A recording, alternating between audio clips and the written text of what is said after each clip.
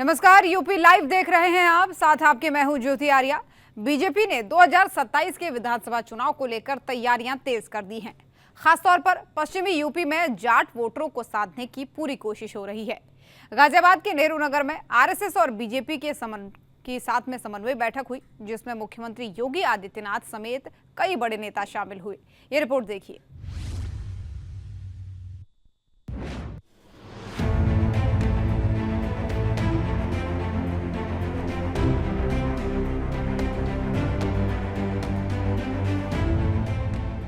UP विधानसभा चुनाव 2027 को लेकर बीजेपी ने अभी से अपनी तैयारियां शुरू कर दी हैं।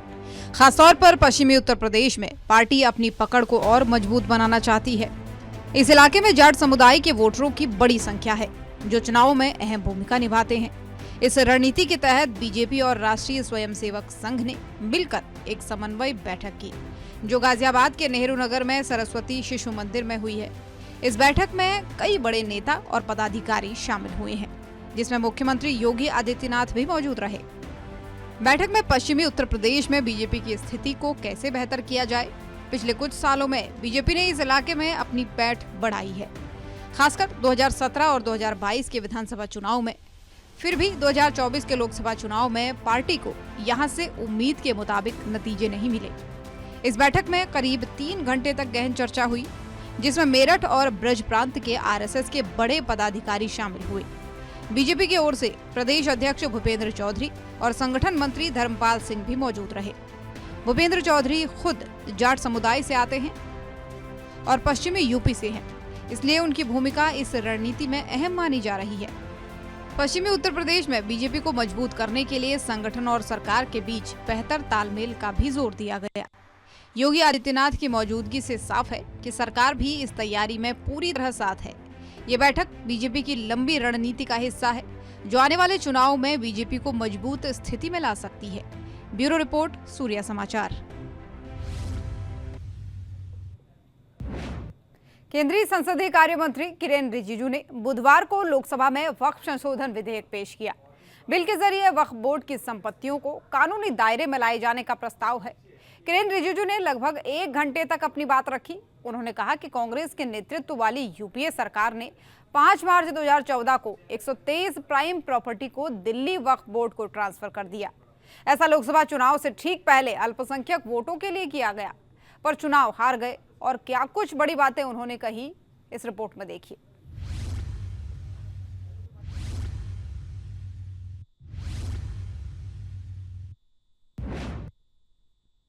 वक्फ बोर्ड का जो प्रावधान किसी मस्जिद, किसी मंदिर, किसी धार्मिक स्थल का व्यवस्था का कोई लेना देना नहीं है।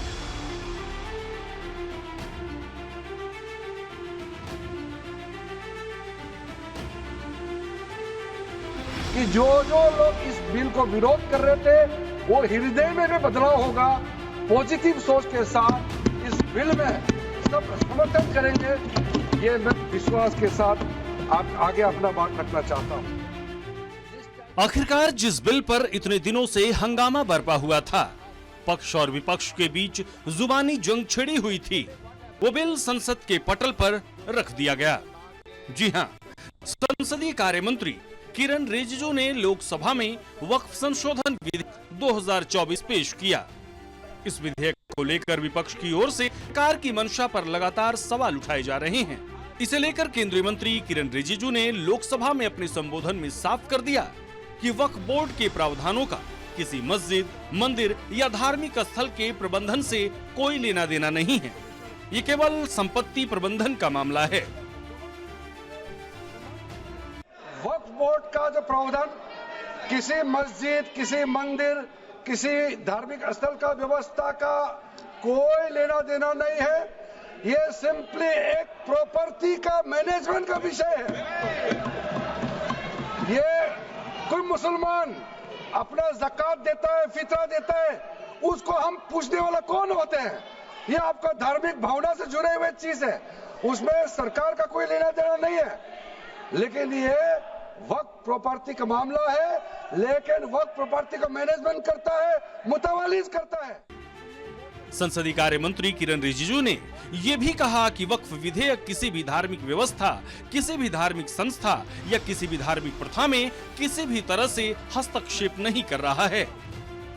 आर्टिकल 25(1) कहता है, subject to public order, morality and health and to the other provisions of this part, all the persons are equally entitled to freedom of conscience and the right freely to profess, practice and propagate religion.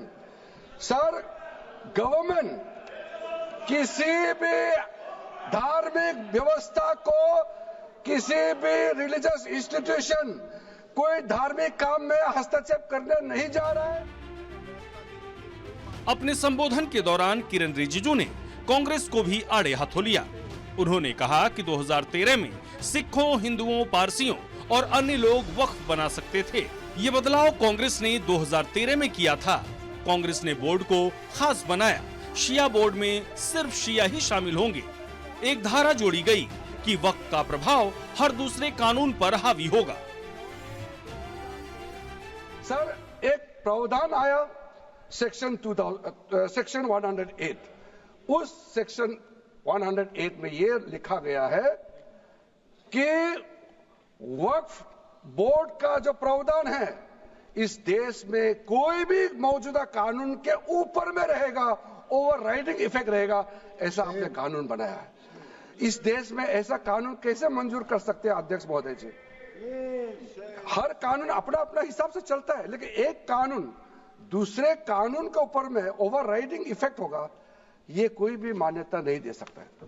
उसके बाद sir, मैं कुछ propaganda साथ में जुड़े हुए हैं। उससे पहले जो 2013 में मुझे भी बहुत ताज्जुब हुआ कि ये पास कैसे जबरदस्ती करवाया है।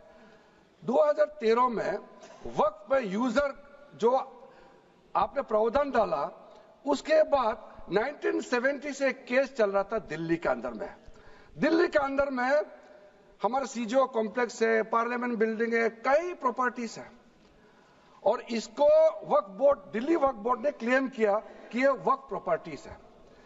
उसके बाद ये केस चल रहा था अदालत में। उस समय यूपीए सरकार ने पूरा सारा जमीन को डी नोटिफाई करके वक्फ बोर्ड को दे दिया। 123 प्रॉपर्टी। अगर आज हम ये संशोधन लेके नहीं आते तो जिस सदन में हम बैठे हैं, ये पार्लियामेंट बिल्डिंग, इसको भी क्लेम किया जा रहा था। संसदीय कार्य मंत्री ने ये उम्मीद जताई कि हर कोई सकारात्मक दृष्टिकोण के साथ इस विधेयक का समर्थन करेगा। पिछली बार जब हमने ये प्रस्तुत किए थे बिल को इस सदन में, तब भी मैंने कई बातें बताई थी। आज मैं उसको नहीं दोहराते हुए कुछ बातें मैं जोड़ूंगा, और मुझे अपना बात रखने के बाद सिर्फ उम्मीद ही नहीं, पूरा यकीन है कि जो लोग इस बिल को विरोध कर रहे थे, वो हृदय में भी बदलाव होगा। पॉजिटिव सोच के साथ इस बिल में सब समर्थन करेंगे, ये मैं विश्वास के साथ आगे अपना बात रखना चाहता हूं।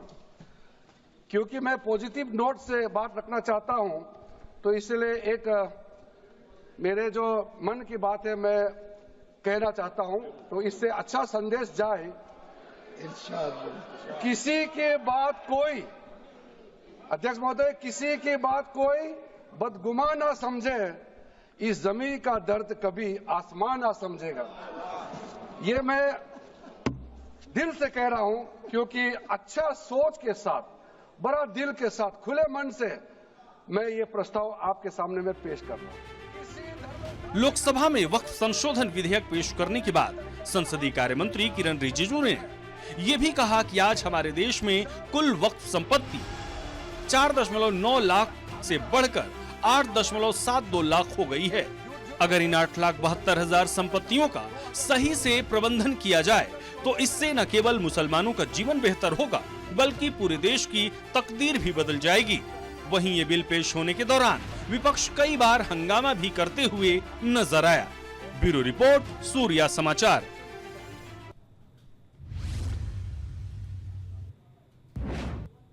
वहीं लोकसभा में वक्फ संशोधन बिल पेश कर दिया गया है।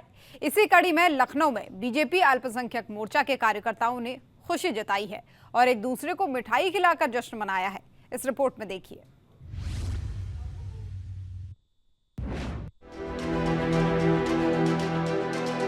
लोकसभा में वक्फ संशोधन बिल पेश हुआ, जिसे लेकर बीजेपी इसे बड़ी कामयाबी मान रही है। इस बिल के पेश होने की खुशी में लखनऊ में बीजेपी अल्पसंख्यक मोर्चा के कार्यकर्ता जश्न मनाते नजर आए। कार्यकर्ताओं ने एक दूसरे को मिठाई खिलाई और इस मौके को खास बनाया। उनका कहना है कि ये बिल वक्फ संपत्तियों के बेहतर प्रबंधन और पारदर्शिता के लिए अहम कदम है। जो वक्फ संशोधन हुआ है वक्फ बिल में, निश्चित रूप से वो सबका साथ, सबका विकास, सबके विश्वास के लिए एक बहुत महत्वपूर्ण कदम है और लगभग 1 करोड़ लोगों की राय लेकर के, सभी पार्टियों का मत लेकर के, सभी को साथ लेकर के इस बिल को लाया गया है और आम मुसलमान के लिए, गरीब मुसलमान के लिए, महिलाओं के लिए, सभी समाज के लिए, शियाओं के लिए, सुन्नियों के लिए, बोहराओं के लिए, सभी लोगों के लिए एक अच्छा बिल है। और जो लोग इसका विरोध कर रहे हैं मैं उनसे अपील करूंगा, चाहे वो राहुल गांधी हो, चाहे ममता जी हो, चाहे अखिलेश जी हो, तमाम दल वो भी आम मुसलमान को, गरीब मुसलमान को हक दिलाने के लिए भारतीय जनता पार्टी के साथ आए। जरूरी नहीं है कि हर मुद्दे पर राजनीति हो, हर मुद्दा जरूरी नहीं कि राजनीति के लिए बना हो। ये आम मुसलमान के लिए, गरीब मुसलमान के लिए, पिछड़े मुसलमानों के लिए और एक जो बात करते हैं पीडीए के हक के लिए भी है। तो निश्चित रूप से उनको साथ आना चाहिए और बिल पेश हुआ है तो एक तरह से मैं इसको कह सकता हूं कि आज बहुत दिनों के बाद ऐसा एक बिल आया है जो समाज के आम लोगों तक उनकी मदद पहुंचाने का काम करेगा और जो वक्फ के नाम पर समाज को अलग करते थे या अपनी मनमानी चलाते थे, उनको इस लूट से कहीं ना कहीं वो समाज छूटेगा और गरीब मुसलमान को लाभ होगा। वहीं इस बिल को लेकर बीजेपी कार्यकर्ताओं ने विपक्ष पर जमकर निशाना साधा और कहा, विपक्ष मुसलमानों को अपना सिर्फ वोट बैंक समझती है। अभी तक जो कुरीतियां चल रही थी वक्फ की, मोदी जी की सरकार ने आज उसे साफ किया है। माफियाओं पे अब शिकंजा कसेगी जो वक्फ भूमाफिया थे और जाहिर सी बात है अब आम गरीब मुसलमानों तक वक्फ के जो मामलात हैं वो पहुंचेंगे। उनके लिए कॉलेजेस, स्कूल, हॉस्पिटल, अदर की चीजें बनेंगी। तो जाहिर सी बात है जो गरीब मुसलमान हैं, यतीम मुसलमान हैं, मुसाफिर खाने बनेंगे, उन पे एजुकेशन के रास्ते खुलेंगे। तो जाहिर सी बात है आज का मुसलमान जो है वो खुशियां मना रहा है, इसलिए क्योंकि ये वक्फ बिल पेश हुआ है, ये वक्फ बिल पास हुआ है, इसलिए हम लोग खुशियां मना रहे हैं। वहीं इस बिल को लेकर मुस्लिम महिलाओं ने खुशी मनाया, साथ ही पीएम मोदी को धन्यवाद दिया। हम लोग बहुत खुश हैं जो बिल पेश हुआ है और ये मंजूरी भी इसे मिलेगी और जो विपक्ष हमेशा के मुस्लिमों को भटकाता हुआ चला आया है, इनकी भी सरकारें थी, ये काम इन्हें करना चाहिए था लेकिन इन लोगों ने नहीं किया और अब भाजपा सरकार कर रही है, मुस्लिमों के हित की बात कर रही है। मुस्लिमों के हित में अगर कोई सरकार काम कर रही है तो भाजपा सरकार काम कर रही है। जैसे कि मोदी जी ने हमेशा लगातार सौगात देते चले आए हैं, जैसे कि ट्रिपल तलाक हो गया और जो है सौगातें मोदी अभी ईद पे मुसलमानों को, बहनों को, सबको मिला। ये तीसरा समझ लीजिए सौगात हम लोगों को मिलेगा। जो इसका विरोध कर रहे हैं उनको क्या कहेंगे आप? उनका काम है विरोध करना, क्योंकि ये हमेशा मुस्लिम को और जितने हैं उनको अपनी पैर की जूती हमेशा समझे हैं। ये कभी जो है उन्होंने उठने नहीं दिया मुसलमानों को उठने दिया है तो सिर्फ भाजपा सरकार ने उठने दिया है और भाजपा सरकार हमेशा मुस्लिमों की हित की बात करती है और हम समर्थन करते हैं इसका। और जो विपक्ष में जो बैठे हैं, जो विरोध कर रहे हैं, इनको इससे सीख लेनी चाहिए कि भाजपा सरकार कितना अच्छा काम कर रही है। लोकसभा में बिल पेश होने के बाद मुस्लिम महिलाओं में खुशी की लहर है। वहीं लखनऊ में जश्न का माहौल है, लेकिन आगे क्या होगा ये वक्फ बताएगा। ब्यूरो रिपोर्ट, सूर्या समाचार। और वक्फ संशोधन बिल को लेकर उत्तर प्रदेश में हाई अलर्ट है। लखनऊ समेत कई जिलों में सुरक्षा के सख्त इंतजाम किए गए हैं। डीजीपी मुख्यालय ने ये अलर्ट जारी किया है और वहीं पुलिस को संवेदनशील इलाकों पर नजर रखने और शांति बनाए रखने के निर्देश भी दिए हैं। ये रिपोर्ट देखिए।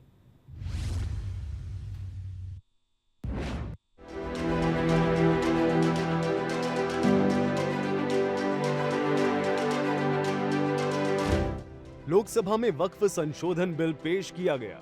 इसको लेकर उत्तर प्रदेश में हाई अलर्ट है। लखनऊ और संभल समेत कई जिलों में सुरक्षा बढ़ा दी गई है। डीजीपी मुख्यालय ने पुलिस को सतर्क रहने और हर जगह शांति बनाए रखने के लिए कहा है। संवेदनशील इलाकों में पुलिस के बड़े अधिकारी और पीएसी के जवान गश्त कर रहे हैं। चाहे वक्फ के संशोधन का बिल हो, चाहे अन्य कोई फैसले हों, वह देश के हितों को ध्यान में रख करके, देशवासियों के हितों को ध्यान में रख करके, इसे मुस्लिम विरोधी बताना, इसे हिंदूवादी बताना, इसे सरकार पे आरोप लगाना, ये कांग्रेस, समाजवादी पार्टी, तृणमूल कांग्रेस सहित जो इंडी गठबंधन का हिस्सा हैं, उन सब लोगों के द्वारा जो मुस्लिम तुष्टीकरण की घटिया, घिनौनी, देश विरोधी राजनीति की जाती है, उनको शायद ये आभास ही नहीं है कि इस तुष्टीकरण की राजनीति के अंत की पूरी तरह से शुरुआत हो गई है और उसका अंत होने जा रहा है। इसलिए जो वक्फ के संशोधन का बिल सदन में आया है, वह कैबिनेट ने पास किया, संसद में प्रस्तुत हुआ, जेपीसी को भेजने का काम हुआ, वहां विस्तार से चर्चा हुई, फिर कैबिनेट के सामने आया। इस मामले में यूपी के वित्त मंत्री सुरेश खन्ना ने कहा कि वक्फ बोर्ड का मकसद जरूरतमंदों की मदद करना था, लेकिन ऐसा हो नहीं रहा था। इसलिए इस बिल से उस समुदाय को फायदा होगा जिसके लिए ये बनाया गया था। देखिए, अभी तक जो वक्फ का व्यवहारिक पक्ष देखने को मिला है, वो उस उद्देश्य की पूर्ति नहीं करता जिस उद्देश्य से वक्फ का सृजन हुआ था। 1995 के एक्ट से वक्फ जो है गवर्न होता है, और जिस उद्देश्य से ये बनाया गया था कि असेवित लोगों का जन कल्याण होगा, उन लोगों के फायदे में जाएगा जो वास्तव में जरूरतमंद हैं, लेकिन जो उसका व्यवहारिक पक्ष देखने को मिला है वो उस उद्देश्य की पूर्ति नहीं करता। इसलिए आवश्यकता इस बात की थी कि इन टोटलिटी में वक्फ को देखा जाए और जिस समुदाय के लिए वो गठित हुआ है उसको भी फायदा हो, और ये किसी के खिलाफ नहीं है, ये पूरी तरीके से प्रोपेगेंडा है। ये विषय और ये बात पूर्वाग्रह से ग्रसित है कि ये किसी के खिलाफ है। बीजेपी सांसद दिनेश शर्मा ने कहा कि वक्फ बोर्ड के नाम पर कुछ भूमाफिया और रियल एस्टेट वाले गरीबों का हक छीन रहे थे। अब इस बिल से तलाकशुदा महिलाओं, विधवाओं और गरीब मुस्लिमों की मदद होगी। उन्होंने विपक्ष पर अफवाह फैलाने का आरोप लगाया कि वो सिर्फ अपने वोट बैंक की चिंता कर रहे हैं। ये भारत के इतिहास का आज वो स्वर्णिम दिन है, ये गरीब तबके के मुस्लिम बंधुओं के लिए, जो पसमानदा हैं, जो गरीब महिलाएं, जो तलाकशुदा मुस्लिम महिलाएं हैं, जो विधवा मुस्लिम महिलाएं हैं, उनको वक्फ की संपत्ति का लाभ मिल सके। मुस्लिम स्कॉलर जो इस्लाम के जानकार हैं, उनका इसमें समायोजन हो सके। एक जो विधि सम्मत चीजें नहीं थी, जो विसंगतियां थी, उसको दूर करके और इसको एक तरीके से सर्वानुमति के आधार पर इसका उपयोग हो सके, इसका जो विलक्षण उपयोग आज यहाँ पर किया गया है, मैं समझता हूँ कि ये संसदीय इतिहास का एक वो बड़ा दिन है जिसमें मोदी जी का जो सबका साथ सबका विकास का नारा था वो धरातल पर उतरता हुआ दिखाई दे रहा है। बीजेपी सांसद रवि किशन ने कहा कि विपक्ष का वोट बैंक खत्म होने वाला है, इसलिए वो परेशान है। रवि किशन ने कहा कि पीएम मोदी इस बिल से मुस्लिम समुदाय को लंबे वक्त तक फायदा पहुंचाने वाले हैं। ये उनके लिए एक बड़ी ईदी होगी। अब बहन, बेटी, गरीब, शोषित, वंचित मुसलमान अपनी हक की, अपनी जमीन की, यही नहीं कि ईद मस्जिद की जगह, दरगाह की जगह जो डायरेक्ट चली जाती थी वक्फ के खाते में, अब खातों का हिसाब होगा गरीबों में, और ये मुस्लिम समुदाय के लाभ में।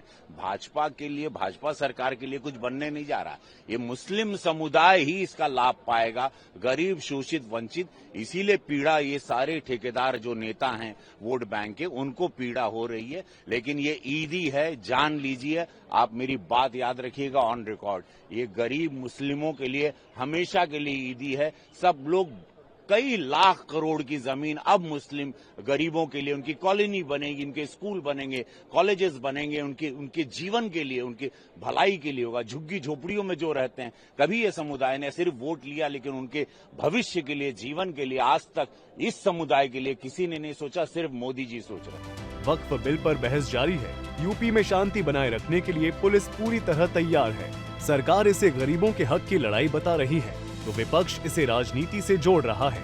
ब्यूरो रिपोर्ट, सूर्या समाचार।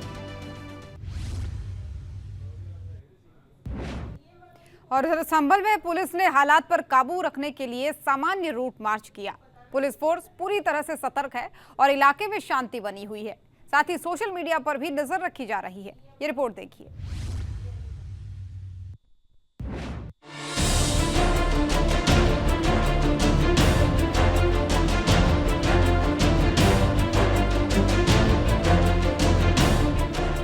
संभल में पुलिस ने हालात को सामान्य रखने के लिए रूट मार्च और फ्लैग मार्च का आयोजन किया। पुलिस फोर्स पूरी तरह चौकन्नी है और शांति का माहौल है। साथ ही सोशल मीडिया पर भी कड़ी नजर रखी जा रही है, जिससे कोई अफवाह न फैले।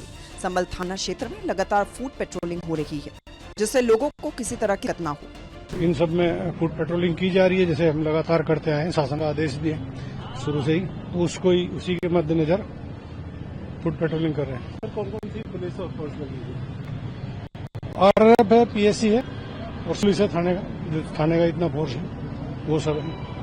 सोशल मीडिया पे निगरानी रखी जा रही है, बताया। हाँ, सोशल मीडिया पे भी हर तरह से निगरानी की जा रही है। इलाके में सिविल पुलिस, PSC और RF के जवानों को तैनात किया गया है। ये सभी संभल थाने से तैनात किए गए हैं। सरकार ने शुरू से ही शांति और व्यवस्था बनाए रखने के लिए सख्त निर्देश दिए और पुलिस उसी के मुताबिक काम भी कर रही है। संभल में सामान्य रूट मार्च किया गया था और आज सेक्टर जनरल व्यवस्था यहाँ लागू की गई है। फोर्स पूरी तरह सतर्क है, कहीं भी अशांति नहीं, पूरी तरह शांति है। और साथ ही सोशल मीडिया मॉनिटरिंग सेल सभी पोस्टों पर नजर रख रही है। यदि कोई भी विधि विरुद्ध पोस्ट पाया जाएगा या भड़काऊ पोस्ट पाया जाएगा तो विधिक कार्रवाई शुरू की जाएगी। कौन कौन सी फोर्सें लगाई हैं? आज PSC, RRF और सिविल फोर्स सभी जगह लगाई है गई है एवं रूट मार्च कर रही है। संभल में सब कुछ शांतिपूर्ण है। पुलिस की सतर्कता और लगातार गश्त से इलाके में अमन बना हुआ है। ब्यूरो रिपोर्ट, सूर्य समाचार। और उधर अयोध्या में रामनवमी की तैयारियां जोरों पर है। राम जन्मभूमि सेवा समिति ने राम मंदिर में कलश पूजन किया और मंदिर को फूलों से खूबसूरती के साथ सजाया गया है। इस मौके पर प्रशासन भी सख्त हो गया है और इलाके में भारी पुलिस बल की तैनाती की गई है। ये रिपोर्ट देखिए।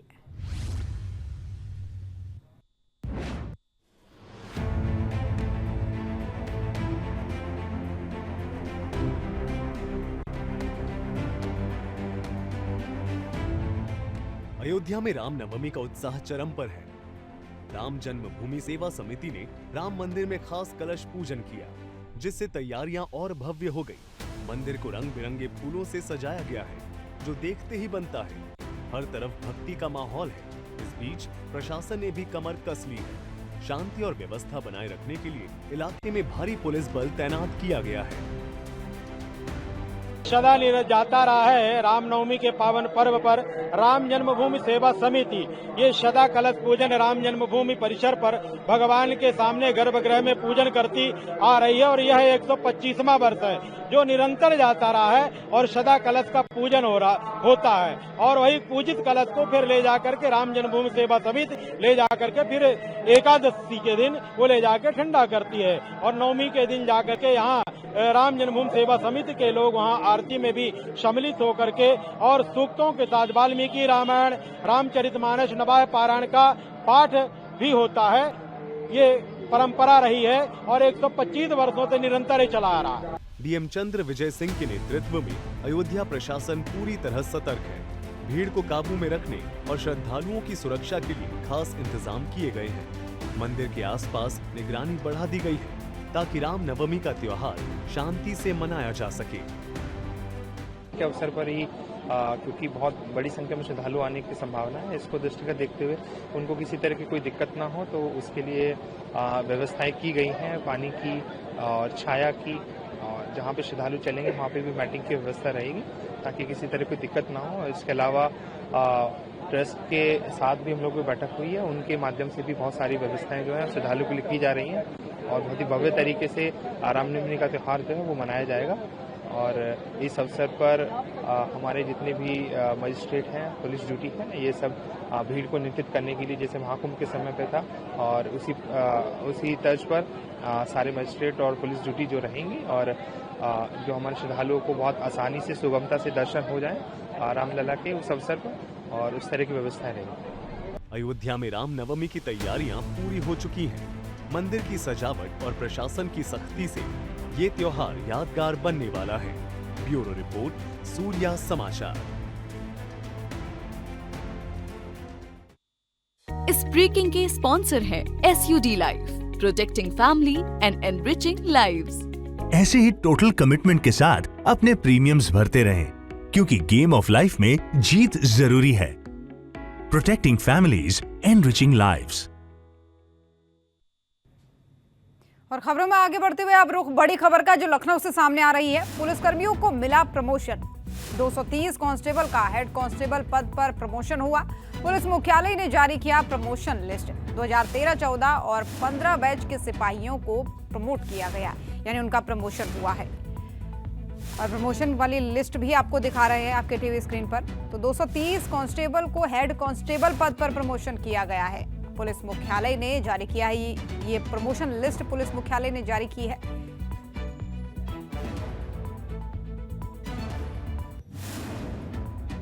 तो यूपी लाइव में फिलहाल के लिए मेरे साथ बस इतना ही। देश और दुनिया की बाकी खबरों के लिए आप देखते रहिए सूर्या समाचार। नमस्कार।